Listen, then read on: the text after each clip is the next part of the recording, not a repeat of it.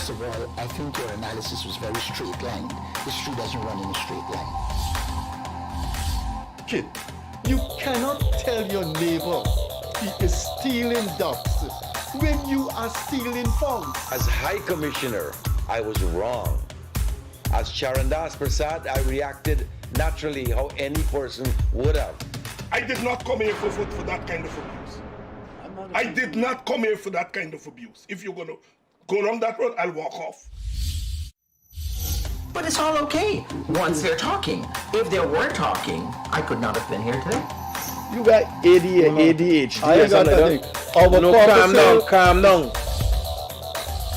I think I've done enough in terms of taking our team out of trouble from losing. Come on, Lou Taylor. That's good. I'm reading the script now, and the first person that comes to my mind to play a detective, Yes, but the an Guyanese critic. erratic Mikhail detective, Rodriguez. is Mikhail Rodriguez. Why an African slap an Indian? Why a man and slap a woman? No, good, how you deal with that? You deal with that.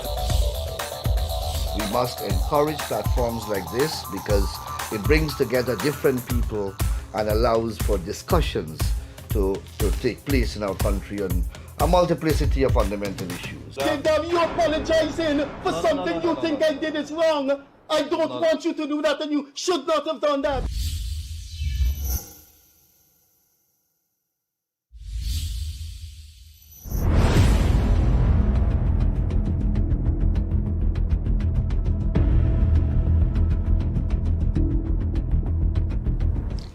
Hi there, a pleasant Friday evening to you from Queenstown, Georgetown, Guyana. If you're elsewhere in the world, based in time zones, good evening, good night, good afternoon, good morning. This is the Freddie Kissoon Show. This is the Friday call-in edition of our show where you can call in from any part of the world and talk about anything on your mind. Of course, it's common sense, so I don't have to say except libelous and scandalize people or abuse people.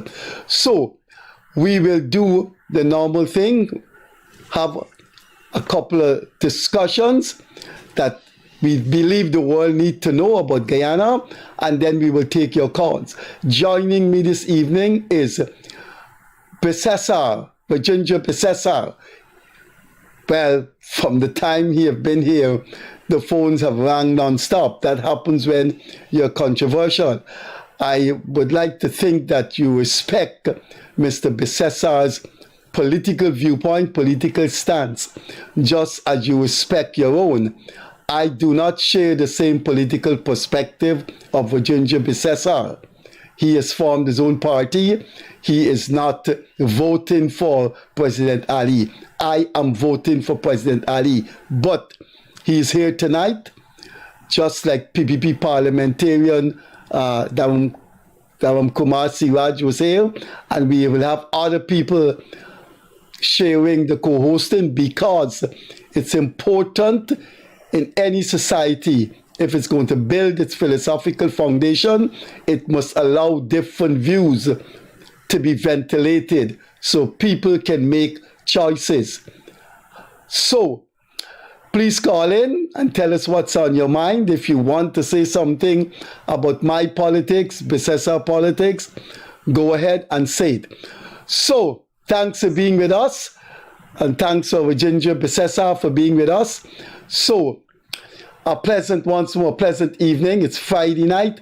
Please call in. Then WhatsApp number is on the screen and the landline number is on the screen. Now, for our preliminary discussion, I'm going to show you my article in the Chronicle today.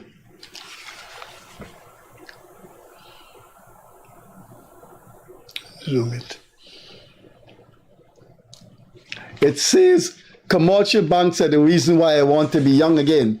And I did that article and included some things that Leonard Craig, one of the co-hosts of this program, said. This is Craig's article.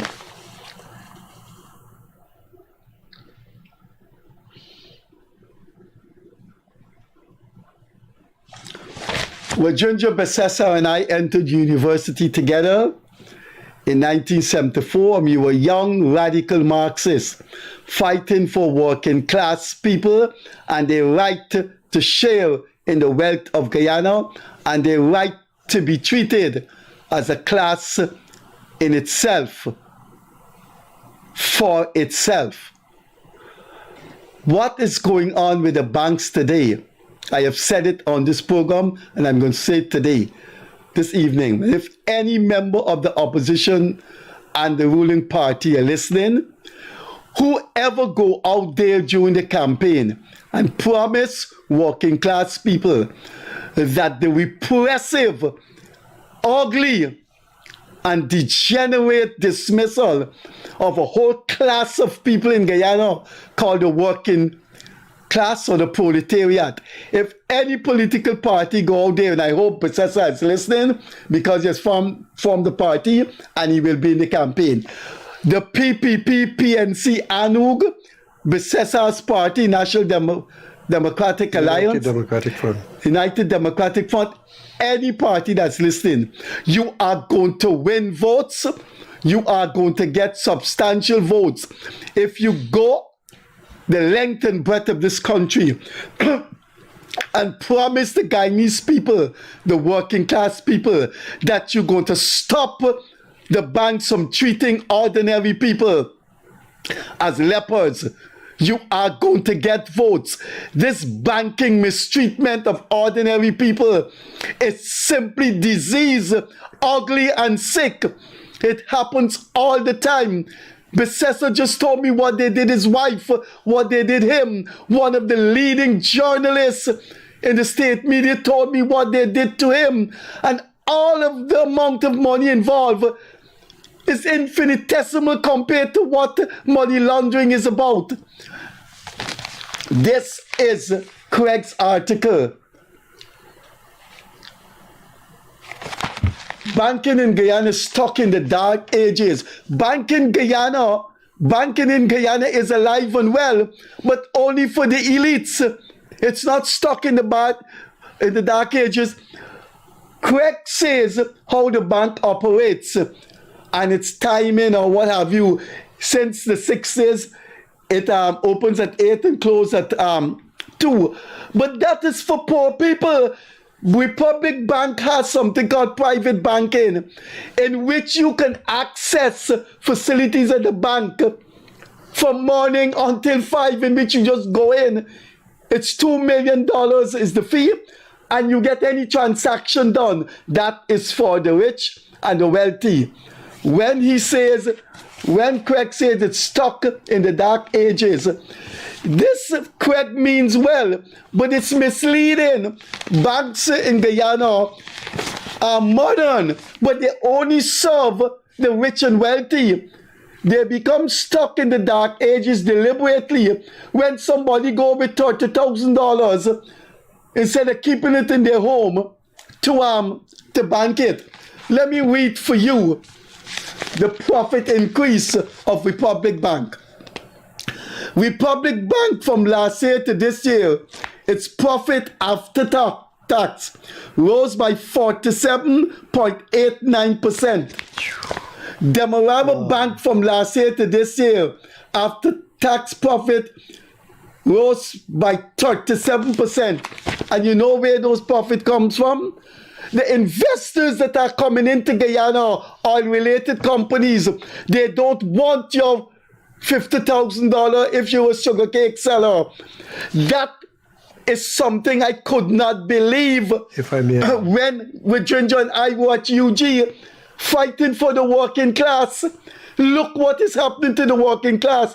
I repeat to all political parties, you're going to get lots of votes if you go to the people of Guyana and tell them, read to them Leonard Craig's article, read to them my article, and there are going to be thousands of vendors and carpenters and plumbers and other laborers that are going to listen to you and they're going to vote for you because they're being mistreated by the commercial banks. Virginia want to say something.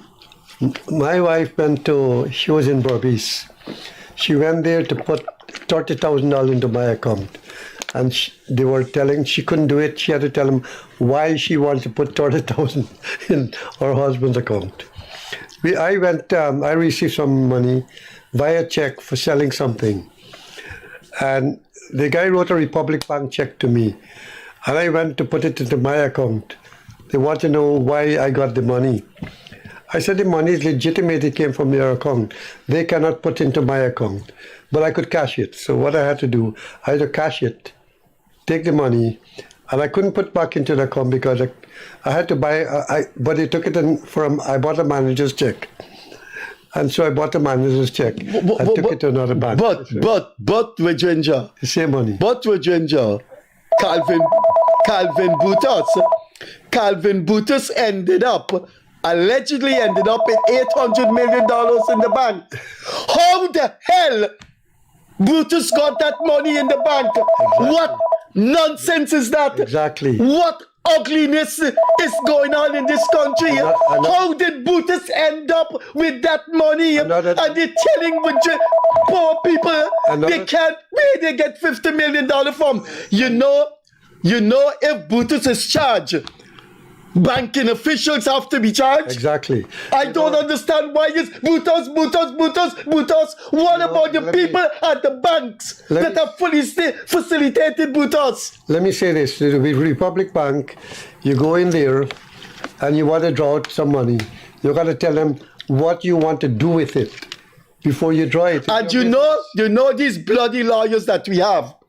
These bloody lawyers that we have, all they do, they rush to you within, come out to Guyana, say they're big lawyers when some of them are blasted jackasses, and they would not take these matters to court because all they want to do is look for money. Look for people paying them. If you get a small... You know, in little Barbados, Jamaica, these cases in the bank would have gone, lawyers would have taken it to the court. If you get a certain amount of money in the bank, and let's say you lost your job or whatever, you don't have an income, and you're not putting money into the account, guess what? After a while, they start taking a fee. They're making 50% this profit. Thing isn't stopping. They're taking a fee, $1,000 a month. So if you get $20,000 a month in 20, you believe when we were at UG, we were Marxists at UG fighting for socialism. You believe this would have ever happened in Guyana? Listen, let me tell you something. That's not all. Let me say this. If the big one goes to borrow, he can get 10% of it. But listen, the ordinary man, if you go take a loan, it's like 15 and 17%. You know? Virginia, I'm telling you, this is class oppression. Exactly. From the textbook. Exactly. If you read the Marxist textbook, this is class oppression. Here says something from this article of mine, and Craig's article. Here's something. Listen to this, viewers. If you receive a check for $500,000, it is cleared within a day. Anything below 500,000, $500,000, has to wait 3 days. That is so repressive, oppressive, and dictatorial because it's the small people who need the money. Now, a rich businessman, plumbing goes wrong and the whole house is being flooded. He calls a plumber. The plumber fixes the thing, spend half a day, fix it. He writes a check and gives to the plumber. The plumber's wife or the plumber need that money. It's 100,000 or it's 80,000. Business people write checks. They deal with checks. It's the plumber that need the money the same day. But if you write a check for 500 million, 500,000, $500,000, you get it the same day. Do you see what they're saying? The larger the money, if you get, which is from the wealthy people. Even if you get a check from, let's say, Republic Bank, and you go there, and you don't have an account, you got to pay $1,500 just to cash it. Here what I'm telling every political party. I am telling all the political parties in this country. It's a rip-off. I am telling all the political parties, I'm not campaigning, my days for that is over. Go to the people of Guyana and shape this message carefully and ask them for your vote. Tell them what the banks are doing to ordinary people. It's the ordinary people that is going to give you seats in parliament. If you take all the business people and put them together, they cannot give you 5 seats. What, 2? So why are all the political parties not campaigning on this issue? Will they campaign in this issue? I have seen people with tears in their eyes in the bank. What they do to these people? Well, they can't get the money out. Let me tell you about these bloody lawyers in this country. A lady got a check, order from court, and because of the order from court, the property was sold. She got $900-something thousand. When she go put it in the bank, she can't put it in. They say if she put it in, she can't get it out back. It's like they freeze it. Look what they have done to a lady at hand in hand. Listen to this, and no lawyer. Sometimes when I see this profusion, there must be 1 million lawyers in Guyana. You know, in Little Barbados, let me tell you something. In Little Barbados, what would have happened? Hear what a lady... The Prime Minister challenged the bank and said she's going to let it... Hear what happened to a lady walking at hand in hand. When they tell you your... when you go in and they tell you your account is dormant, they don't send you... You know what Republic Bank did me? Republic Bank told me, they sent me a notice that my thing is... I said, show me the paper trail. Show me the paper trail that you sent me a note saying my... These people, these bankers are dishonest bastards.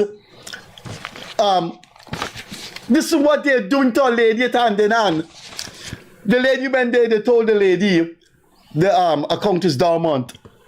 With Ginger and viewers out there, you're listening to something that is real. The woman got the requirements for they need for dormancy. Mom said, man, look, I ain't got the requirement. Never close my account. You know what they told the woman? To close the account, she has to get the very documents to reactivate it. So her money is left there. All over again. She can't get her money because she can't get the documents to reactivate the account. And they need the very documents to close it. And no lawyer, no bloody lawyer would not take this to court unless you pay them $200,000. So I told the lady, why don't you take a lawyer to file an injunction? The lady said she went to a lawyer and the lawyer's fee is more than the money she has in the bank. That lady banked her money, walked it hand in hand all her years, bank her money and cannot get it. You know something? And you want to tell me this should not be a campaign issue? The banks are ridiculous. And when you go to the bank, you have to have collateral, and usually you're over collateralized. And secondly, and although you're over collateralized, you still got to pay 15 or 17%. Let me show you this again and again. Leonard Craig, the Monday columnist of the Chronicle. Banking in Guyana is stuck in the dark ages. My column for today. Commercial banks are the reason why I want to be young again. And you know why I want to be young again? I want to get into the fight, the struggle for working class people, to fight against the oppression of working class people. You know, but the Prime Minister of Barbados spoke about this and said she's going to legislate to control the bank. But our people are not doing anything about it. I wrote about it in the press more than one time, you know. But Ginger, listen to this. We can call more than 500 businesses in this country that are prominent, wealthy. If they give you a check, please, somebody call in and explain this thing to me. If they give you a check at Scotiabank, Republic Bank, wouldn't the people go to the computer? Let's say the firm is Banks DIH. One of the Guyanese historic, prestigious. Let's say it's Sterling Poda. Let's say it's one of the top lawyers in this country, one of the top medical specialists. When you give the check to them, don't they go into the computer and see that surgeon or that lawyer has 1.2 billion in the bank and so they cash the check right there? Why it has to wait for 3 days? Let's call a prominent lawyer who've been around 25 years and earn a lot of money. Don't let's call their name. But surely you must see when you go into the computer the man's financial standing. Why the plumber or the carpenter that the man wrote a check for has to wait for 3 days? And you know when you go to the bank, they say you got to open an account. I got a guy to open an account. After you open an account, they said you got to wait 6 months. Now this is a young man trying to get a living, right? Goes to the bank and they tell him he got to be banking for 6 months. He got to wait 6 months. I argue with them and the man got the loan. But Ginger, 6 months. how did allegedly? We don't know if he had. The charges is that he had 800 million. How did he get that money in the bank? Did the bank not ask him where you get the money from like they asked me? I get a check from the bank and they ask me. I can't put it in my account. You should know what. When if I call this guy name, one of the leading journalists in state media, the man gave the bank a check from an institution that is old and respected and nobody will question. How the institution came to give you this check. That is none of their business. Exactly. It's the validity of the check. It came from a bank. And nobody's doing anything about this. Nobody's doing anything about what these banks are doing. This guy was supposed to get financing, right? He said the money is going to come from Wells Fargo Bank from the States. Now they want his bank statement. I said, why you want my bank statement? If it's coming from Wells Fargo Bank, it's legitimate money. All of this could stop. All of this could stop because a lot of it are not related to money laundering. So you just call the meeting and tell these banks, you are engaged in oppressing people. You are engaged in behavior that is irrelevant to money laundering. Virginia, how a dormant account is engaged in money laundering? How 300 a police officer and then they're taking fees. A police officer. So money done. A police officer has been accused of laundering money. And he had the state is saying he had $800 million. And the bank didn't ask him how he get it. They should be charged. You know what one of Guyana's leading lawyer told me?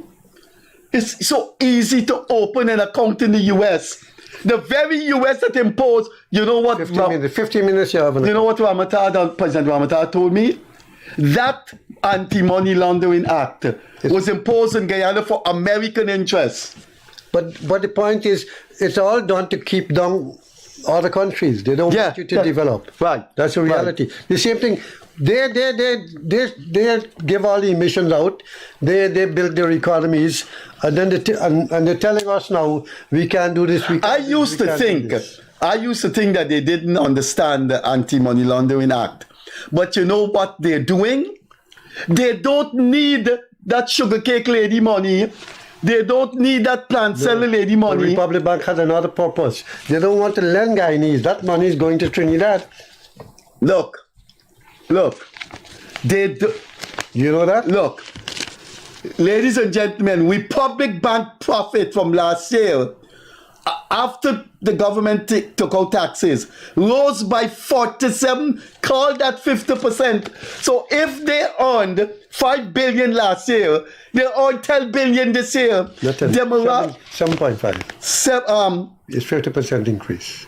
37% the Morava profit has gone up by from last year. And all of that is money from rich companies and rich people. So when the guy goes with his $100,000, they don't want it. And they still want to take $1,500 fee, or if you get $20,000 in the bank, banking, they're taking $1,000 every month. Let me read. So they're still robbing you. They make all the profit, and they're still robbing you. They're robbing the poor man. Let me read from my column here. This is what I said. For the past 10 years, not 10 months, I stood alone in this entire country and discussed the unfair treatment the banks dish out to the proletarian population of Guyana. And this includes not only the urban working class, but the rural proletariat too. Only Leonard Craig has joined me, and he did so 10 years after I began my crusade. And you know, but they give you 1% interest, 50.5% interest, 1.5% interest on your savings, and when you borrow from them, it's 16 and 17%. The spread is wide. The whole thing is a rip-off. The phone lines are open. The phone lines are open. You can call, and I hope you call and urge all political parties that there is a gold mine waiting for them if they can promise people that they will confront the banks. They will. So you have a political party.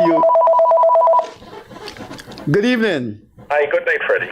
Good night. Good night, Mr. Rajendra. Good night. Concerning the bank, right? Now, all the bank in this country, any bank you go to, is the same stress you're reaching up with. But I just want to know something, right, Freddie? Like a private business, the government can set out rules that you have to abide by. I noticed the Consumer Act, they do a lot of advertisement. You got to get EPA permit and those things. Yeah, and they're even educating customer that a store owner is illegal for him to have a no return sign and no refund sign. Yeah. Right? And all these things. So, can the government impose some kind of rule on these? They can. They can. On the behavior that the bank They can, sir. The Prime Minister of Barbados promised that if the bank don't change, she will legislate. They can issue guidelines. Sorry to cut you, it's unfair because, everybody else, I have my businesses too, and I abide by the law and I respect the law. Now, plenty other people do it. So why is it that the bank is getting away? Freddie, I want to tell you something. There was a small branch of Citizen Bank on Mandela Avenue, just around the turn by Banks there. You should know it.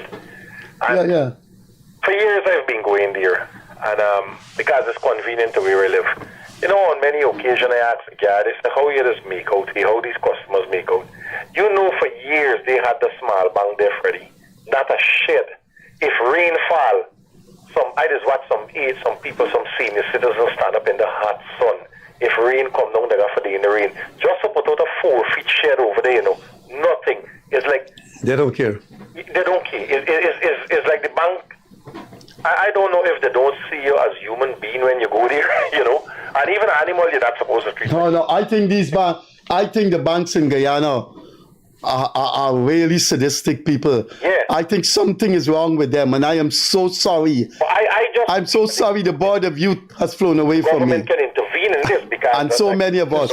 But your song's strong. You can still do something, man. Because, look, a man got a little neighborhood shop, right? The government passed a law. You can't sell a child under 18 a cigarette, which is... But you know what the law is? Not the law in the banks. Not cutting you. You know what the law is in Guyana? If you open a supermarket, you cannot sell heavy equipment. But the Chinese are doing it. You have to have another license. So there are laws. Listen. But they allow the Chinese to do it. There can be a meeting with the bankers, and the bank governor and the Ministry of Finance can say, listen, you cannot do this. This is wrong. Exactly. Because if you anyway, so Mr. Rajendra say earlier that the tell lady if she put the money, they will freeze it now. But when you freeze somebody money, that's literally the money, but the government, the bank lend back people money. So you freeze me money for 2 years. And you're making profit off of it. You're making a profit off of it. Maybe I should take you to court for some of the profit. Good, thank you very much. Thanks for coming through. All right, good, Freddie. Bye. Good. Hello, good night. Hello, good night. How are you doing? Hi, good night. This is Freddie Kissoon show? Yes, it is. Okay. This is speaking about the Young Professionals Housing Scheme at Block 8, Plantation Prospect. Right? Now, this is government built, right? water seeping through these floors and the house walls. Every hour you have to keep mopping up these floors. The toilet, you have to flush it 3 times at least before it's flushed properly. Now, I call the engineer, Mr. Hunt from Housing. He's in charge of this project. And he asked me to send some videos and some pictures of the problem. I send it to him, right? I call him back to get a response back from him, Harry. Right? Now I call him back. He's not answering his phone. Right? And I sent everything to him. And this is not the habit. He and the contractor. During the construction phase of these houses, you call and you complain to them. They don't. They listen to you first, and after that, These are the turnkey houses? No, not the turnkey houses. This is young professionals. Okay. Young professionals. But they build it and you buy it. They build. Yes. Okay. Yeah, they build and we bought. And this is how he told me to call to give him the videos and the picture. You get in contact with the contractor. Now, this has been his habit. Which area is that again? Young Professional Housing Scheme, Block 8, Roman numerals, right? Okay. Plantation Prospects. Okay. Well, they're supposed to have a period for correction. They're always supposed to be a period for correction. Yes, I could give you Mr. Hunt number now, 604-7443. See, this is the behavior since during the construction period. That's what they do. Well, we can probably try to bring it to the attention of the PS Housing, okay? Block 8 Prospect. Yes. Okay. Yes, I could give you a number too. You have my number separate, so you can always message me, okay? The same number.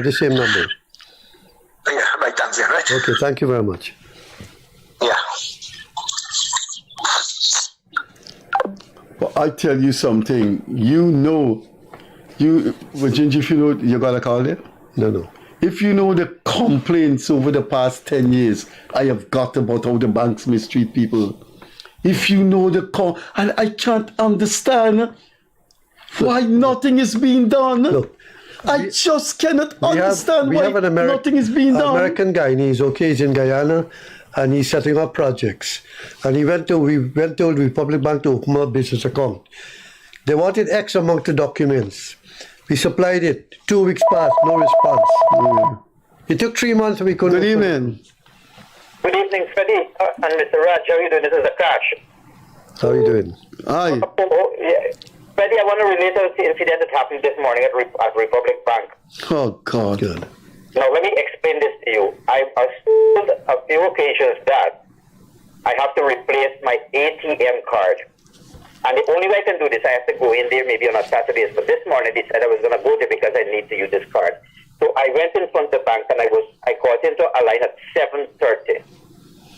At 7:30, just about 15 minutes after, I was given a number, A29. That was my number. However, I was told that 29 started from 1 because the 100 that was before that, which was J100 to 180 something to 100, will be served before me. Freddie and Raj, I left the bank at 11:30 and number 11 was being served. And there was about over 100 people standing, women with children and all kinds of things, standing waiting to be served. I left at 11:30 because I couldn't wait anymore. And a gentleman that was there from New Jersey, New York, he said he's a resident of Coat Island, but he come back to Guyana because he's been trying for 3 days now to close an account with just $1,000 inside. He's been trying for 3 days now, and I left him there. He had number 32. I gave him 29. I said, well, I hope 29 helps because he's in for the long haul. He's going to wait. Now, I spent all those hours there, and people are on edge, and like this system, I do not understand how this system is working. But those people had to take a day off from work. Some of them said they will not even be paid for the day. And I don't know whether they got it. Some of the bosses are going to shout at them. Somebody, you know what I've seen Glenn Lal has done to people who went to NIS, the bank, and come back 2-3 hours after? Many times I intervened and had confrontation with Glenal over that. He's a monster. I'll tell you what the woman did today. A woman was there this morning. She said, you know what, I can go home and come back and I'll probably reach by there. The woman went home. She said she lives on the East Coast, somewhere in the East Coast. Went home, changed and came back because she came back with different. She said, well, wait, is only number 7 serving now? I kid you not. Republic Bank is a sick. But you. I'm going back again tomorrow, Freddie. I'm going back again tomorrow morning because it's open at 9. I have to get. Which bank is that? Go back again tomorrow, maybe 7:30. Which bank is that? Republic Bank on Water Street. They open Saturday? One of the young ladies said that they're going to open to facilitate this process. But no, not for you alone. Not for me alone. Not for me alone at all. But for other members of the public. But I mean, if you're going to work until half day, then I don't know how many persons are going to get served tomorrow. But do you realize? They need more staff. They don't want to employ more people. Do you realize that as if time has 3-4 hours. Time stood still in this country? I related to this incident to my partner who lives in Canada, and she said to me, in Canada, when your card expired, they mail a card to you. You know, I mean, I don't see. But the thing, I was in the line from 7:30, 11:30, and number 11 was being served. I had another man. Look, but the thing could be stopped. The government can stop this nonsense. They have to employ more people, but they want big profits. And most of the public servants in this country, Freddie and Raj, are being paid through that particular bank. Exactly. Well, so Freddie is here to saying. Is the young people and the poor people and the lower to middle class and so on got to get a 60 to 100 to 100 200,000 got to get changes. There's the same issue again. Now the funny thing you can't is, get access to your cash because this card is not going to work anymore. But you can't get time to. You cannot spend 5 hours in the bank to get the card changed because I spend that. To get the card changed, the bank put in ATM to ease the pressure on the bank. So they employ less people and they charge you a fee if you draw from the ATM. Right. And the ATM is saving them money because they will have to employ less staff. It's just everything is a rip-off, man. I am telling you, that man that was sitting there from New York that left here in the 90s, he's a resident of Fort Island. His name is Charles. Labella is his name. And he told me, the man said, I've never witnessed anything like this in my life. I'm trying to close an account for 3 days. This is my 3rd attempt. I've been to banks overseas. So Akash, I am too old now. I'm 15, too old now 20 minutes. That's I am too old now to. You should Raj says you look young. I am too old now to go with a placard in front of the bank and the press come and other people come and join me. I think younger people have to do that, but But if you go to the bank, it's not nothing. The old people got to do it, the young people on TikTok. The signs aren't good, man. The signs aren't good. The banking system in this country and how they treat people. I tell you, this guy and I sitting next to me. It's oppressive in many ways. Very oppressive. But what I don't understand is how can don't let me say. Thanks a lot. And Freddie, don't work. Don't let your blood pressure go up. Anyway, guys, have a wonderful night. Enjoy the show. Good. Bye. That was Akash Prasad. I've been to former co-host of this program. I've been to just to get your card changed. What kind of humans are we dealing with in the 21st century? To have an ATM card change, he spent 5 hours and he didn't get. I went there with another person. The person waited for a while. I waited for a while. Then they told me, let me come back Saturday. They told me come back Saturday, they're going to do it for us Saturday. They have to employ more people, but they want to maximize profits. Look, their profit rose Good by night. 47. Good night, you're on the Freddie Kissoon show. Please lower your volume, we're hearing ourselves. Please lower your volume. Hello?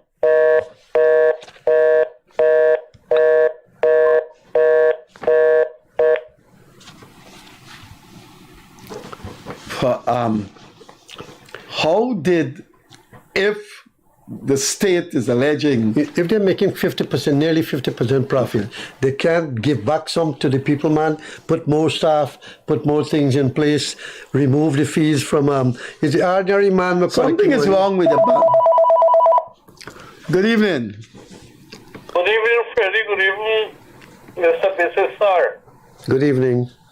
As it relates to Republic Bank, the owner of the Republic Bank is Lawrence Dupree from Trinidad. The same man with the big clique was canned. And our government treating Trinidadians better than us. The Trinidad businessmen coming in this country and taking away all the US. And we still bringing Trinidadians every day. I contracted Trinidad. What would Julius Army doing in this country? The poor Guyanese who buy truck and have to pay a toll cannot make it. Julius Army dominating. So we only complaining and we ain't getting no way. We ain't getting no way. Same thing with the NIS. The minister go about the talking. You will get things and the same problem with the NIS. Well, as Mr. Kissoon said, you have to use your vote to see which politician you're going to deal with this very important issue that is oppressing the majority of people in this country. I think all the political parties, all of them, without any exception, if they go out there and promise people sincerely that they will confront the banks and compel the banks to treat working class people properly, all of those political parties are going to get votes. Legislate. They could legislate. When the politician get into power, they have them always the same with people.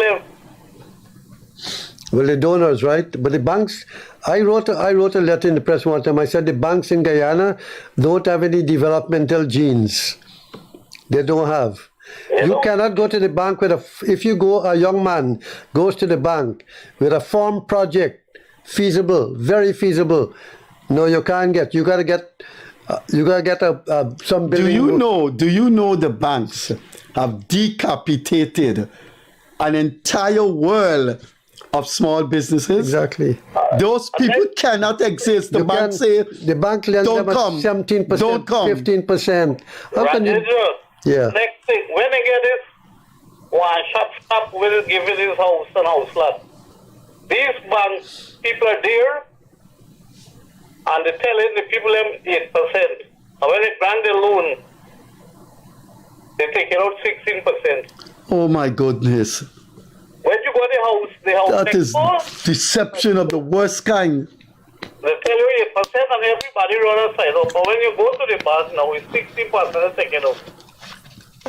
You know, if you want to buy it, the ordinary man wants to buy a pickup truck. Case in hell. Is that way we did it? You know, if you want to buy a personal car, they'll probably take about 10 or 12%, right? Let me finish this.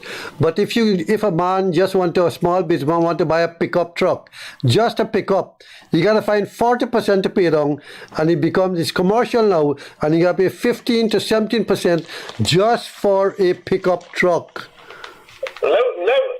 Hear this.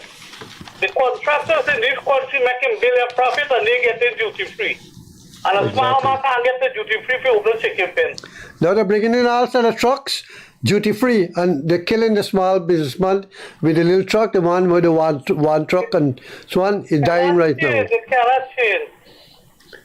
Sheriff bringing 150 truck one to the small man who got to pay some just pay 400,000 bucks. Exactly. And nobody cares about the small man in this country, and that is why we have to have a change. We need some real changes in this country, man. How you get change? We got to look at history, Fred. You know what I'm talking about? You know, the change when we can see. Well, I can promise I'll make that change. No, come the election night. The Indian will tell you if you want to go back to 28 year, and then if the Negro will tell him, I want Polish and the Indian, that's how the country running. We can't change it. Well, we do have 20% independent, and hopefully we can educate more, right? No. We listen. I don't know who this advice, honestly. I don't know who advising you. You don't think we can... You know workers in this country was forced to put their salary to Republic Bank? You were forced to. Yeah, you have to open an account, right? They forced you to. I was a government worker and I wasn't, they hold my salary because I didn't want to put it on Republic Bank. And they hold my salary, I had to put it to Republic Bank. You know, When was this? When was this, sir? When Dupre come this country and started banking, you were forced, Rajendra, you supposed to, you was in government, they were forced. Yeah, but I'll tell you what happened. When they were selling the Republic Bank, right? The businessmen of this country said, put it into blocks because we can't afford to buy the whole thing. Sell it in blocks of shares so the local businessmen could buy into it. They refused and they sold it all lock, stock and barrel to the Trinidad guy. And in fact, it might be in breach of the Constitution because I think Republic Bank controls more of a percentage of the banking system than the Constitution allows. They said with Exxon, the Constitution said they're allowed X blocks, and they got a lot more than that. They were in breach of the Constitution. Rajendra, you know Lawrence Dupre, the whole of Republic Bank, you know who's his friend in Ghana? You should know, you would think of it. I know who his friend is. Right. So what That's how it works. one step attacking and one step praising. Is the God. He's a friend of the God. What people regard as the God. Is people just fed up in this country? No, they got one God in this country, as you said, the Indians. I don't know when they're going to open their eyes. The Indian and black workers of this country got to open their eyes because the only thing that could control governments is if you have a unity of the working class. Let me show you something. When the budget came under Hoyt, he was saying 0 increase to the workers. Bauxite and sugar went on strike simultaneously. And because of that unity, they got 40%. So the working class has that power in their hands if they will only unite in their own interests. And we thank you very much for coming in. I'm going to call you, I'm going to call you tomorrow. Yes, I think the voice is familiar. Okay, sir. Hope to hear from you next week, Friday. Bye-bye. Bye-bye.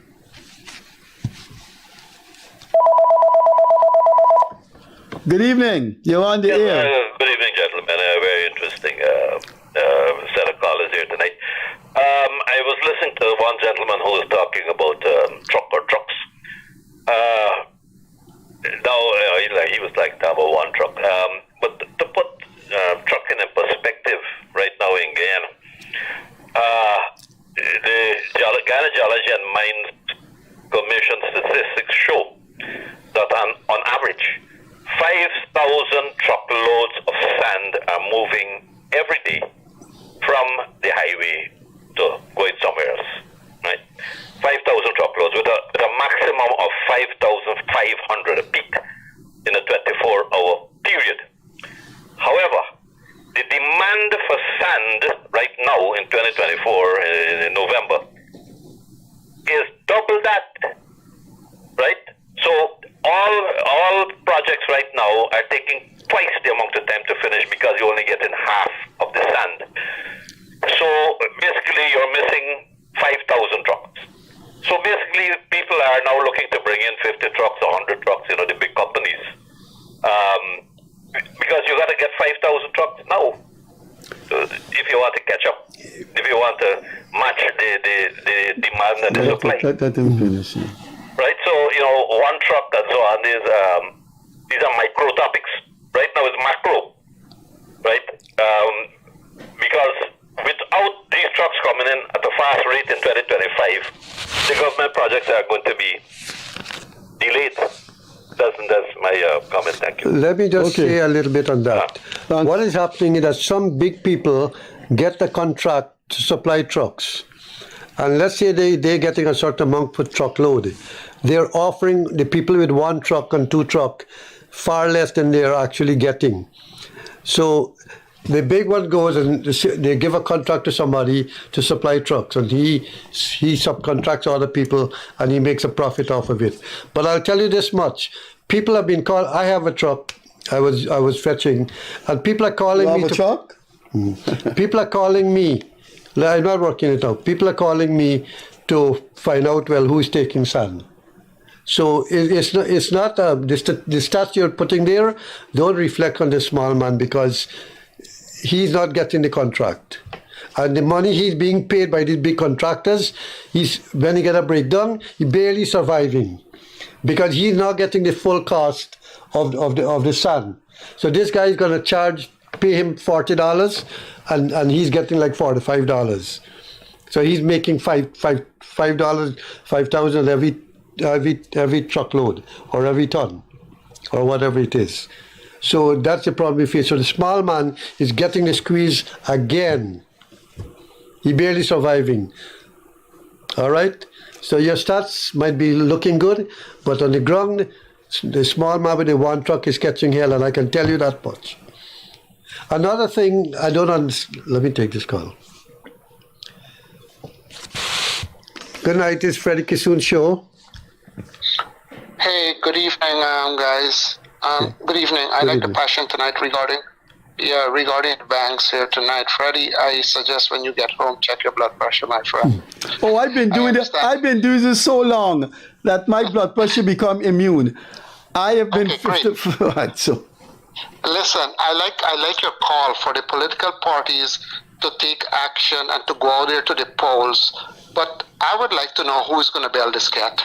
Is it Rajendra Bisesar who is talking now? When they get in there, is a totally different ballgame. People are going to go and vote based on history, on the past. Who makes promises and who can deliver? So I understand that's a great point. That's a good campaign methodology. But guess what? Who is going to trust AFC, AP, and you to go and say, okay, we'll take care of the banks? No way. The other point I want to make, that Guyana banking system is not ready, has not been prepared for this windfall of businesses that's coming in here and the amount of cash that's flowing in the country. The banks are not prepared, and I think it's going to take some time. It will take some time to ravel out, but of course legislation also needs to be put in place. In America today, people are saying that, okay, ATM, you're paying a fee. In the US today, if you don't use your own bank and you go to a different bank, you're paying a fee. On your credit card today, the US, every business is charging you 3% for your purchases. So it's not only in Guyana. I understand the situation in Guyana, and it's because of the windfall of money in the country. The banking system is not ready. They were not prepared, and it's going to take some time for them to get to that. The attitude, so that's what that's what I want to talk about. Before you, Before just a minute. Yes, sir. Anything else? I want to talk to you about something. Today, I'm from the diaspora, okay? And I went to vote today, early voting for the general election in the U.S. And I look at it, I went in there and I paid special attention to the process. Although I have done that, I have voted in Guyana as well. And, to do a comparison, I can say today, without any regret or any doubts, the GCOM system that we have in Guyana is foolproof. Today I walk into the polling place to vote. There were two people manning the polling station, two ladies. You walk up there, you don't have to show an ID, you don't have no folio, and you go up there, you give your name, your address. They pull it up on a computer. Okay, you sign, they pass it on, the lady print a ballot. You go into your booth, you vote, they scan it through, it's gone. There is nothing to like what the AFC, AP, and you is saying that there was rigging and impersonation, totally, completely. If there's going to be any impersonation in the great United States, your photograph is on the list. Let him finish. I'm just telling him. No, don't get away with that. There's no photograph, nothing. And today, AFC Nigel Hughes is calling for cameras in polling place. Are these guys really, they're running out of options at this point. Polling is a constitutional right, and you do that in privacy. Why would you want cameras in there? And you didn't have Republicans or Democrats sitting by the polling place. I didn't know, Nigel, you said that. What's the relevance of that? What's the relevance of that? We already have a foolproof system. You have polling agents, you have electoral list, you have ID card. What are the cameras going to do? The voters list itself have your photograph. They have run out. No, in the US, there's no photograph, nothing. You don't have to show no ID. You walk up, give your name, your address. They pull it up on the tablet. You sign. You go and you vote. You scan it and you're gone. Not all these fancy things. So what Guyana has there is a foolproof system. you sure, Nigel? You said that? Yeah, today in the news. Look at the news today. I had a full day. I don't. What's the relevance? What is? Can I respond to this? No, but listen, Freddie, they are taking it to the next level, from biometrics to cameras now. I don't know the next thing if they're going to have to check your DNA. They may ask. No, they may ask you to check your DNA when you go into the public place. You raised one point just now. You raised a good point just now as a trust, and you did mention my name too. But I want to say this to you. My good friend here, Freddie Kissoon, know me from the time we went to UG. I don't take nonsense. I was personal assistant to the president. The avid person would zip them out. I criticized the corruption and got fired. So all my family overseas, I stayed here. So I am not. You're going through this thing again with this gentleman? I'm responding to him. Listen, I hear what you're saying. No. Don't even come back. That's a bluff. That's the third time you and him you've said that to him. I think he heard you. I understand. Listen, I heard him. I know this guy personally. Ramjatan was in the Central Committee. Moses Nagamoto. We're not going through this again. Well, no. But what I'm saying, that I did a comparative. Personally, I took it upon myself to compare the U.S. electoral system and the Guyanese electoral system. What we have in Guyana, there is no way you can fool the polling agents that there's compromise when you have all the political parties sitting. So this nonsense. But there's another. And you have to keep still harping that the elections were rigged. There's another system, sir. It's total nonsense. If I may, we met with the Canadian. The AFC met with the Canadian. The PPP met with the Canadian. There's a system that they introduced to us where you go there, you do your ballot, you put the ballot paper into the machine. The machine records your vote. You take out back the ballot paper, you fold it, and you put it in the box. So you have two systems. You have the ballot in the box and the scanned. And they were offering us batteries, satellite phones, everything. So there was instant communication. And because Guyana was small, they would have used the entire Guyana as a pilot project. They all know of this. That is shooting for the star. The system that Guyana have, a paper system, still is. You don't need that. The U.S. system, today I voted at 3 o'clock this afternoon, and within 5 minutes, the line was long.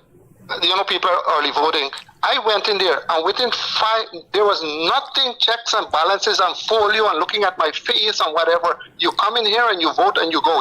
All you need is a signature there. So coming with the Canadian is going to tell you this and that, and the Canadian government with Trudeau is a total mess as well. So don't even bring that nonsense here. Guyana, I think, has one of the almost perfect system of voting. Yes, but yes, it does. Even I agree with you there. Lowenfield said why we have suspicions is because in the past of all the rigging that the PNC did, why people are still suspicious and question the political the voting system in Guyana is because of the 28 years of rigging by the PNC. But so all the possibilities that exist that we are trying to safeguard, I think we have a solid electoral system. There should be no question about it. But Lowenfield himself said, and my friends, tomorrow, and people in Brooklyn who are always singing the same melody because of the nonsense, they will be voting, and let them talk to you about biometrics. There's no biometrics or nothing there, my friend. Nigel is calling the camera. Next thing, they're going to want you to check a sample of your DNA in the polling place. What nonsense is this? Is this what we have come to? Are we becoming barbarians in this? In this society? No. You can't say that because one man said that. People just ignore him. But I'm telling you, and this is the call that Freddie, you made a great call. Which political party is going to bail the cat of the banking industry? They will come out here. Granger came and says, okay, the better life. Nigel comes out now, better must come. Better is here right now. He is behind the 8 ball long time ago. So I thank you so much, my friend. Have a good night. Yeah, hope to hear from you next Friday. Bye-bye. Absolutely. Cam was in the polling place. You turned it off? I didn't hear about that. I didn't hear about that either. Cam was in the polling place. Well, that's the reason we didn't get to hear it. But I know they're calling for, but the point is Lowenfield himself, and I'm not a PPP, but I'm independent. Lowenfield himself said the system is foolproof, but I do know there were some things like I was at Paradise when I was with the PPP. And at the end of the poll, I'm telling you, I was representing the PPP in that district. A set of thugs invaded the polling station, chased us all out. And this was 206, you know, in 206. But so you have fear. Somebody mentioned that when you have PPP polling agent or opposition in certain areas and things are happening, they can't talk. They're afraid to talk. And it's happening. But in terms of the system that is in place, there's no way somebody can walk in there. Like I think it was this lawyer who said, if a party could work out the logistics of putting X amount here, X amount here, X amount here, that party deserves to win, because the logistics involved in getting people to, because you can't put too many in one polling station. If you get 100, you got to portion it out. So that's not an easy thing. Yeah. And do you have the picture right on the voters list? How could I walk in and vote for somebody? I didn't know. Nigel, you said that. That's a new one now. What the camera will film, I don't know. It will film the fact. They know. What would it film? You go in, you announce your name, the polling agent look at it, the clerk look at it, the returning officer look at it. Your picture is right in the voters list right there. And you go and vote and you leave. How can somebody vote for somebody else? In our preliminary discussion before we took the calls, last night was Diwali, and Virginia, I cannot understand that every Ole's night, every Diwali night, where are these illegal fireworks and these bombs coming from? Every year, you see what they do to the animals. In my compound, I had a furious exchange because our compound has a lot of animals, including my own pets that I love immensely. And these people, where did they get these horrific... If you can't stop the drugs from coming in, you can stop the scripts from coming in. Well, I mean, the scripts is more... The drugs are highly sophisticated operation.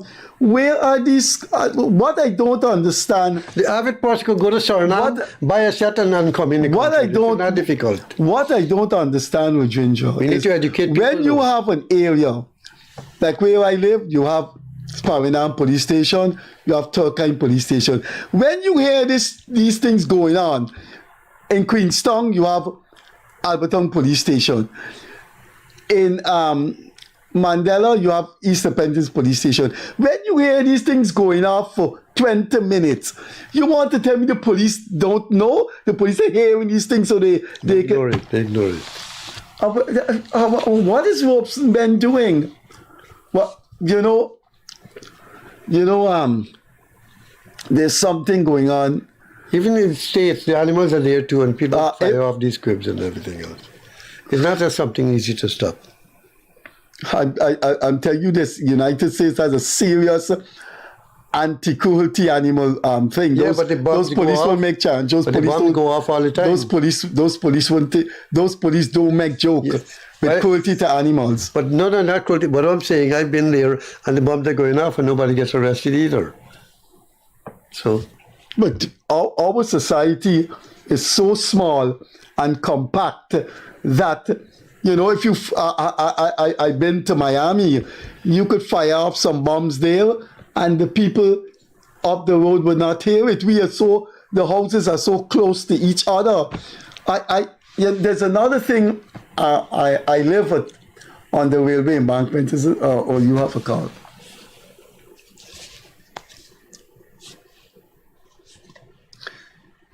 Good night.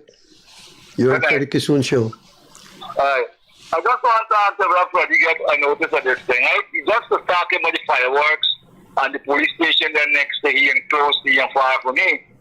A couple months ago, I come on in the show and explained to them about the night of this Chinese man there at Sandy Bob Street and McDougall Street.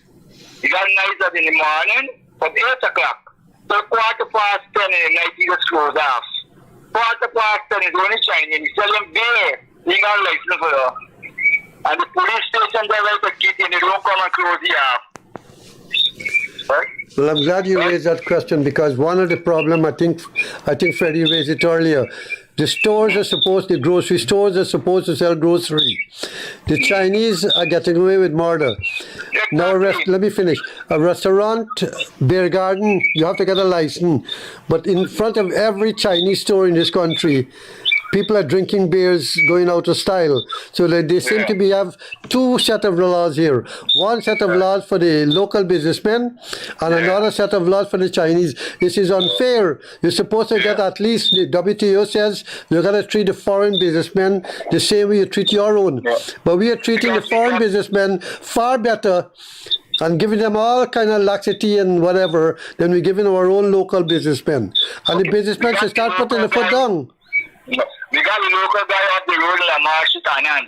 He's open at 7:30 in the morning, and by the time 7 o'clock in the night, he's closed. He don't got no music, he don't got no beer selling by he. Right? And this man got music and beer, and he must got the other things selling too. Right? And when you finish, and you buy the rest of the beer for me, and he close 11:15, 10, they got for the circuit, they got there and play music till 2 o'clock in the morning. They got pretty police station there right down there, and they don't come and close them off. I got calls sometimes, and then when they come to from break down and close them. 2 o'clock in the morning last night they play music, and tonight again they can play music on the circle when they're done by all the different Chinese man and carry it over there. And This man start at 8 o'clock in the morning, play music, and he finish at 10:15, 10:30 in the night, and he's selling beer and all kind of cussing and fighting. Right? Goes on there, police ain't doing nothing. It seems that the Chinese businessmen are given an advantage over local businessmen, and I think that's so unfair, man. It's unfair. But I think this one here is very, very thin, because all the rest is closed. This man will mean to close. All right, sir. Thank you very much, sir. Thanks a lot, sir. Take care. Bye-bye. Good evening. Oh, we lost that call. Yes, it's, I think I'll have to write something about that in the press. It's unfair. Apparently, they can drive without license. They can have it in a grocery store, and it's like a semi-hardware store. And so, electrical store. So, and the local businessmen, the rules that says, if you're a grocery store, you got to get special license for this or that. They don't have beer garden license, but they're selling beer, people drinking it in front. And the police aren't doing anything. And let a local person do it, they get harassed. I think we should start standing up to support our local business and we don't have a problem. It's not a race problem. Let the Chinese come and get a equal playing field like the ordinary businessman, the Guyanese businessman. That's all we are saying. We don't want to treat them, the local, better than them. But they're being treated, they're being given freedoms that the local people are not getting. And they're acting in breach of the law, and nobody does anything about it. There is something, of course, if the phone rings, we'll give way to the phone. There's something I think the Minister of Home Affairs is delinquent on, and the police force. And if it doesn't stop, it's going to create a cancer in this society. Those motorbikes are... Good evening. Hi, good night, Mr. Freddie. I want to tell you, this afternoon I went to Massey, right where you live in, across the road. Yeah. About 2 o'clock. And there is a car playing. I know. I know. Let me tell you what happened. I went to them. Okay, and I asked them to lower it. If you go in the store, you still hear it. Yes, I went to them and I asked them to... Not only that, when you're walking in the store, going with your family to do grocery, on your right-hand side, they have a little square there. They had like 8 boys sitting there drinking Guinness. I know, I went to them and I asked them to lower it. And I told them if they don't lower it, I know what I will do. And they lowered it. When... It must be after I left. After I left, they raised it because I live across the road. The Maasai people did not go out and speak to them. Right, that's what I said. The guard is right by the door. Right, but she was scared of them. So I went. But I shouldn't be drinking Guinness. She was scared of them. So drinking Guinness at the side there, they have a square, right? Yeah, I know. I saw it. I saw everything. I know, I saw everything. I know, I saw everything. I know, I saw everything. You know, but they're encouraging it because they're selling the Guinness right there. Where do you think they're getting the Guinness from? Marseille, I told Marseille they have to go and stop them. Marseille did not stop them. You're not supposed to drink there. Marseille did not stop them. Marseille called Movie Town Security. Marseille called Movie Town Security. Movie Town Security was not picking up. I called about half an hour after I called Movie Town, and I got on to them. And this is what Movie Town did. Movie Town said they're going to go to them and ask them to stop the music. Half an hour after I spoke to Movie Town, the music was still going on. That is one of the most renegade, parasitic companies in this country. Those people who run Movie Town, they have absolutely no respect for the laws of this country, the rights of people. And not only that, in the parking lot, where I parked, my son said, Daddy, look up there. When they read, they said no music. I know. I live across the road. I go there every day. What that sign is for, I don't know. The Movie Town people, and there is, I went to the sheriff security, and I asked them, look, stop that music. He said a man's supposed to be there. Let me tell you something. Those security that sheriff has, those security that sheriff have in the Movie Town, car park are absolutely useless. I know what was going on today in that thing. Operator, if you listen to me, the monitor is off. But the security should have some way of contacting the police also, because sometimes they might need backup to get certain things done. Yeah. So there has to be some arrangement where the police can move in to give the local security the support they need, because that car was playing music for 2 hours. They loaded when I went to them, and Movie Town did not intervene. I think you're lucky your windows weren't vibrating, because some of them when they're playing, your windows vibrate, your bed vibrate. I don't know who runs that company named Movie Town. Anything happens in that car park is a Guyanese from Trinidad. I don't know where he get his local managers from. You should see in the night what happens in that car park. Well, the Chinese are doing it. The Trinidadians No. The Movie Town. That happened for the Chinese store. You have to see what's happening. The Chinese store is a drop in the ocean to what people do at Movie Town car park. Those guys sing their exhaust and rev up that exhaust so loudly. The bus is taking everything inside. This is a sad country. You know, I stay from my window and see the police force stopping motorcycles every morning. They have this campaign. Poor lady hugging her husband. They're going to work.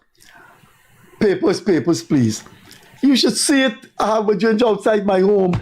And tonight, Friday night for Ginger, if you go outside my home by Movie Town, you should see what these motorcycles doing without helmets. And these are low-life people. I tell you unapologetically, I am sure they have no papers for those bikes. And I am sure they're not people that are normally employed. And those people are doing that thing every Friday, Saturday, and Sunday. And if you say anything about Robson Ben on this phone, you're going to hear from him. But Robson Ben called Gildawi to complain about what a caller said. You know something? I wouldn't. It's not like I'm going to condone. Good evening. Good evening. The place named Movie Town. Where did you expect you get this Movie Town? The place named Movie Town, we expect. So he's actually saying what goes on there is what you see in the movie. But one thing I would like to say, I found out from a police officer the other day. A police officer that joined the force earned $100,000 a month. I said, what? I mean, some you might complain about some, but they put themselves on the line. They have to confront people, 100,000, and you transfer them to an interior location, and you barely get another. In the interior location, the cost is a lot. Everything is higher priced, and they have to look after themselves, they look after their family. Something needs to be done. You can't have officers of this government earning $100,000 a month. That's ridiculous. We really need to pay these people a living wage. We have to do that. It's cruel. It's like slavery. I am calling on this government actually. I don't want to wait until election. I'm asking this government. I remember seeing the video when they were talking about what about the police? What about the teachers? Now you're there, Mr. President, please.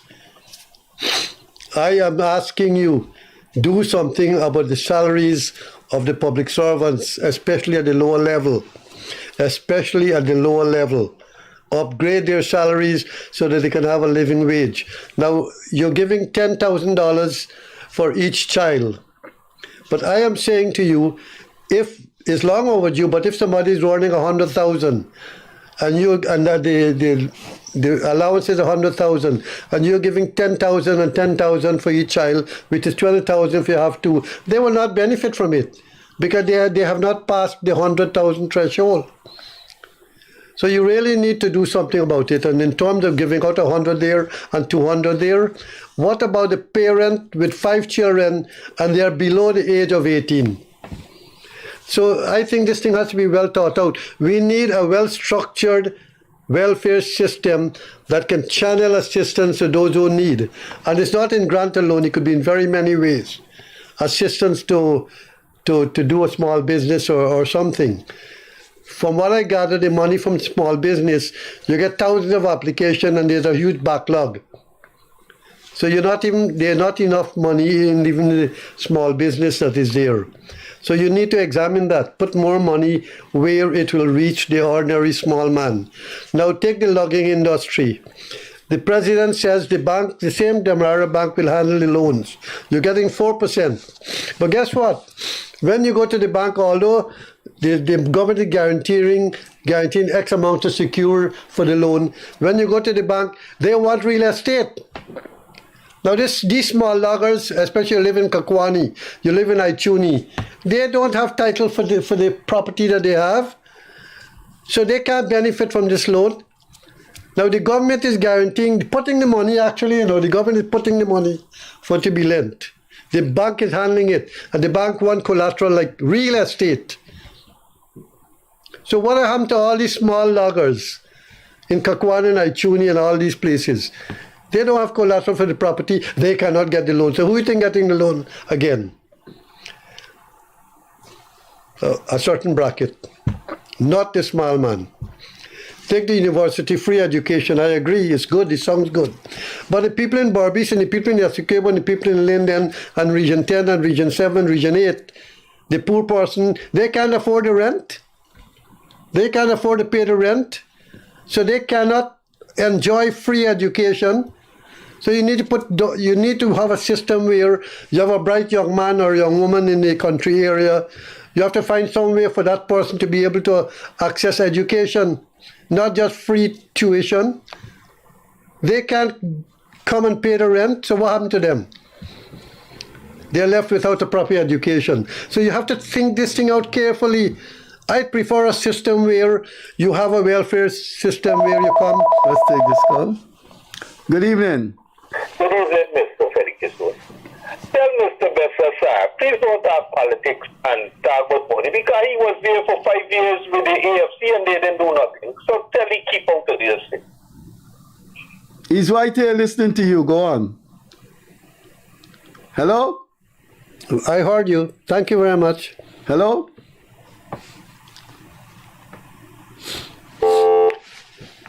But the man has a point though, Bissessa. When you were with the AFC, you negotiated the Cummins-Burger Accord, and from day one, the AFC started to misbehave badly. But you heard. So where were you in 2015? But you heard. 15, you heard. No. But you heard Carrington right here say that Bissessa and he would raise these issues. And remember, when I wrote letters in the press. No.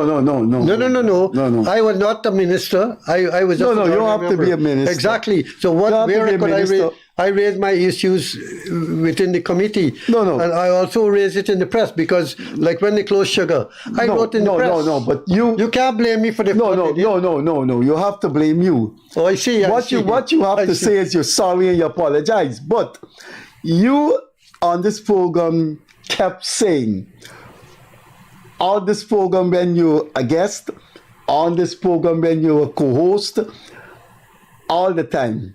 The PPP did this and I objected. The PPP this, I raised my voice.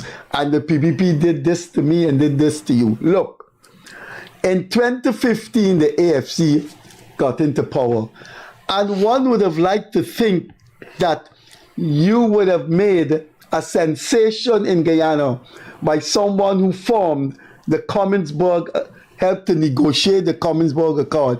One would expect you would have been an overnight sensation that in 2015, the very year they came to power, you would have broken with them, your picture would have been in the papers, you would have been interviewed by the media that, look, what I see going on here in 2015 is what I objected to when the PPP was in power. But you stayed in that room and something happened in that room. And there and then you should have resigned and crusaded against the AFC. You watch all the AFC leaders pick up the phone and call a woman and tell the woman if she wants to be the minister of the environment. And there and then you should have said, what the hell are you guys doing? You should have opened the window and start to push them out. You know something? I was with the PPP for 25 years. But you stopped. And I was criticizing the PPP internally. Until some time then I decided to go again publicly. I would do it internally, and then I went public in 2019 when they talk of something. No, but the context. You don't start from the beginning. No. You do it internally. No, that's a bad analogy. Well, it's okay. It's a bad analogy. It's a bad analogy because of antecedents. You see, you said you saw all these things. Let me tell you something before I go on further. I helped the AFC. I campaigned for the AFC. I think my profile and what happened to me and all the things that happened to me brought some sympathy to the AFC since I was campaigning for them. And as soon as they got into power, the Freddie Kissoon column every day was in their backside. The Freddie Kissoon column every day was against what the government of APNU, AFC doing. And that was a daily column that lasted for the 5 years that they were. One time in 2015, I went to see Leonard Craig, my friend Leonard Craig. And Ramjatan just saw me, said, "You getting through?" Where was Freddie Kissoon in 2015? Well, just pick up any issue of the Kaicho News from the time the AFC got into power every day. Where were you in 2015? Where were you when you criticized government to popularize? You're being paid to do that. What? You did it free at Kaichor? What are you saying? That what it has to do with me? What it has to do with me campaigning for? As a columnist, when you criticize yourselves. And that was the reason why I was criticized. Do you know how vulgar you sound? Do you know how vulgar and atrocious you sound? You are condemning me. You are saying, I'm condemning you because you stayed in the AFC and the Freddie Kissoon were campaigning. You are in the PPP right now. Do you criticize the nonsense? What's going on? I don't. Do you criticize? No, I don't. Exactly. I don't. Let me tell you why I don't criticize. Let me tell you why I don't criticize. The same reason. I don't want to. Exactly. I don't want to criticize them because I don't want those monsters to get in back. Okay. I don't want to say anything. Well, I didn't want the PPP either. I don't want to say anything that would create space for those people to come back. But you haven't answered the question. The PPP was bad. You criticized them. You had to compose the AFC, and look how vulgar you sound. That I was criticizing the AFC because I getting paid. I could have got paid for praising the AFC. I would still be the paying. columns don't sell like I that. would still. That's why the Chronicle don't sell. I still. But let me tell you something. But I had seven. I had 7. Where were you in 2015? Why didn't you resign when they called that lady overlooked you? Why should I resign because of that? Because the alternative was the PPP. Why should I?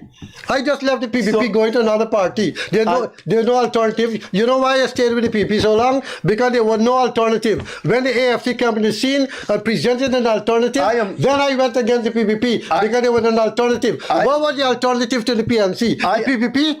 I am saying. Why should I fight them to put back the PPP in power? No, but I did. No. It doesn't work. They're both the same. No, it doesn't work like that. Why should I fight them? It doesn't work like that. No. There was no alternative. No, it doesn't work like that. You start supporting the PPP and you're not criticizing the nonsense that is going on. Why you think what nonsense? Have you criticized there's no corruption going on? All those infrastructure work. All those infrastructure. Bring the evidence to me. I hear every day about somebody bid for somebody bring it to me. Bring it to me. It's in the press. And I will talk about it on this. Somebody bid 40 million. Another bid 45. One bill 80 million. He get the contract. Look, we put in those bricks. Those fancy bricks on the road. You know why? Because the donor is selling the bricks. The corruption is there. I am saying. And you're defending the PPP corruption. I'm not defending. You're being vulgar right now. I am not defending PPP corruption. You're not criticizing You are not giving me the PPP.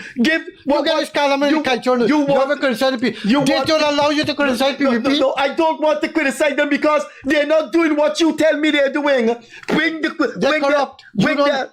evidence to me here. You say the PNC corrupt. You bring the evidence that the coalition was corrupt. Bring the evidence. I never said. The way you want me to complain. I never said that the AFC PNC were corrupt. But I am talking about. You get evidence? I am talking. You have evidence? Listen what I'm talking about. Do you have evidence? You ask me the same question. Listen. No, you have evidence? No, I don't have evidence. Neither you don't have evidence. But let me tell you what I criticize. None of them are corrupt. We talking about corruption. We talking about governance. We talking about quality of governance. This paper don't tolerate anybody opposing the government. We talking about quality of governance. You're writing a paper that don't tolerate any letter that question the government or criticize the government. That's hypocrisy. You should leave that paper. You get that paper in another book. I should leave that paper because you're not allowing voice of dissent in that paper. I am writing for this paper because I believe. You become a puppet of that paper. Hello, good evening. It's not allowing. Hello, good evening. Hello? Yes, go on, sir. Mr. Frederick Kissoon, you're doing a good show. But you got one hypocrite, can you? Listen, the man is entitled to his view, sir. Him and I just have an exchange. Even in power, you think anybody will get a contract? In Region 5 alone, one man will get a contract. And you know what's going on right now? Let the man finish, please. Yes, everybody will get. They get a contract. Let him finish, and then you could. Every small businessman, every small man will get a contract. Now, you target one man will get a contract. One man will get even a contract.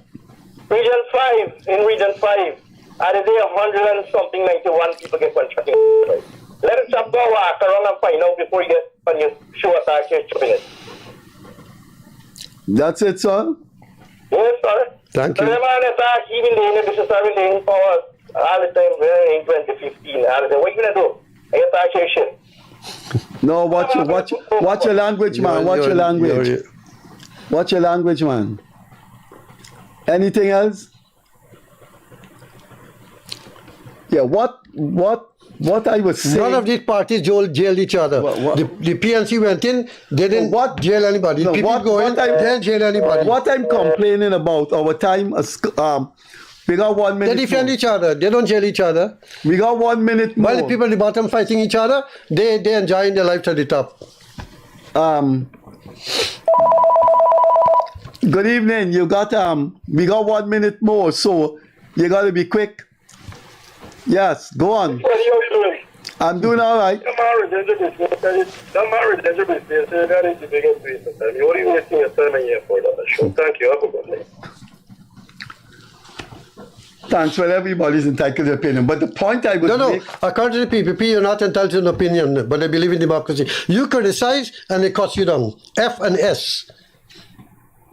That's what they do. Virginia, the AFC, APNU, let me tell you something. The APNU, AFC had no respect for nobody who fought for democracy. As soon as they get in, they turn their back on the people who fought for democracy. Hear what I'm saying. You're entitled to your criticism, you form your party. All I'm saying is that the people who call, I think they are right to say, Mr. Bissessa, where were you? Now, for example, you claim that you went into the AFC. I have been your friend since we were in power, since we were at UG 74. I should be the first one, and you should be the first one to apologize to me. When I'm your friend, look, I'm still your friend. I'm still your friend too, but I don't have to agree with you. When you came into power, when the AFC came into power in 2015, what did you do? What did you do to redress your government? Do you know what a farce that trial was? But the thing that was shown in my face, the prosecutor didn't know to speak in court. There was no issue. There was never a time in the AFC raised the question of me returning to UG. There was no time the AFC raised the issue of my wife going back to go invest. I didn't exist for these people. And you blame me for that, right? I'm the only one. No. Michael Carrington. We're hitting Michael Carrington put a proposal to the AFC for me to be compensated for the dismissal at UG. You were in the management committee, weren't you? And did you hear Carrington say that myself and him used to raise this issue? We gotta go. We're outvoted in the management committee? I'm talking about your relation to me. No. Hello, good evening. Good evening. Yeah, this is our last call. Yeah, Freddie. Some time ago, Mr. Bissessa said on your program that he is a Jaganite. He's committed to Jaganite working class politics. How does Mr. Bissessa reconcile the working class politics of Chelly Jagan with a party that was founded by the U.S. State Department, yes, and is made up primarily and represent people of what you call the MCC, the mulatto Creole class? That's why they could have picked up the phone and asked that lady if she wished to become a minister in the government to hold the portfolio of environment. Thank you. Bye-bye. Our time has come. We got to respect our operators. They have to go very far away. It's always interesting when we're gingers on the program, and we have to learn to respect. We have to learn to respect different people's views. We have to keep friendship with people, even though we do not disagree with them. We got to go now. Yes, Ginger. Quickly. Let me say we got to go very quickly. Let me say this, though.